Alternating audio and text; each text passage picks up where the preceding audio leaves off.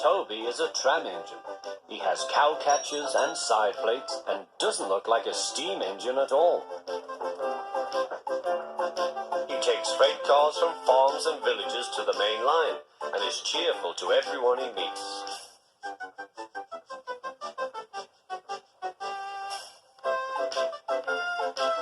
He has a coach called Henrietta, who has seen better days. It's not fair at all, she grumbles, remembering she used to be full and 9 cars would rattle behind her.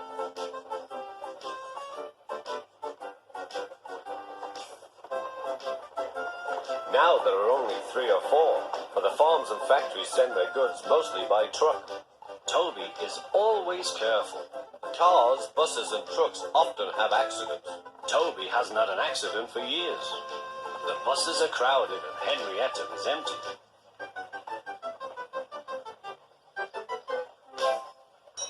A lady and a stout gentleman stood on Toby's platform. He was, of course, their Topham Hatt, but Toby didn't know this yet. "Come on, grandfather," cried the children. "Do look at this engine." "That's a tram engine, Stephen," said Sir Topham Hatt. "Is it electric?" asked Bridget. "Whoosh!" hissed Toby. "Shh, shh," said her brother. "You've offended him." "But trams are electric, aren't they?" "They are mostly, but this is a steam tram." "May we go in it, grandfather? Please?" "Stop," said Sir Topham Hatt to the conductor.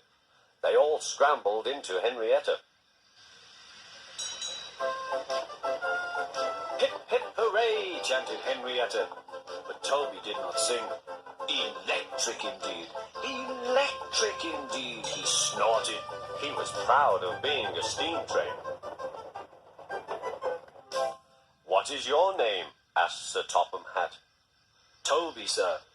"Thank you, Toby, for a very nice ride." "Thank you, sir," said Toby. He felt better now.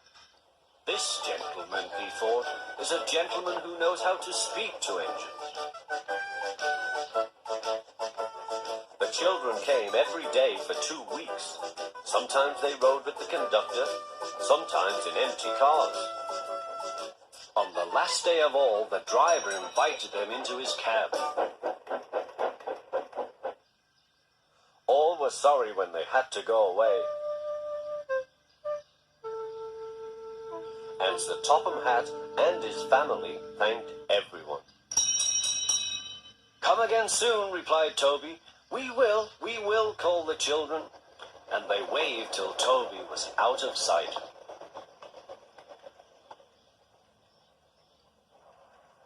The months passed. Toby had few cars and fewer passengers.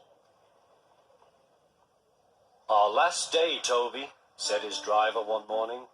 "The manager says we must close tomorrow." That day, everyone wanted the chance of a last ride. The passengers joked and sang, but Toby and his driver wished they wouldn't.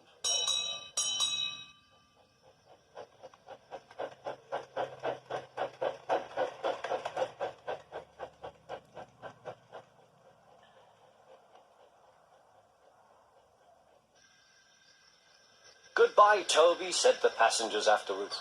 "We are sorry your line is closing down." "So am I," said Toby.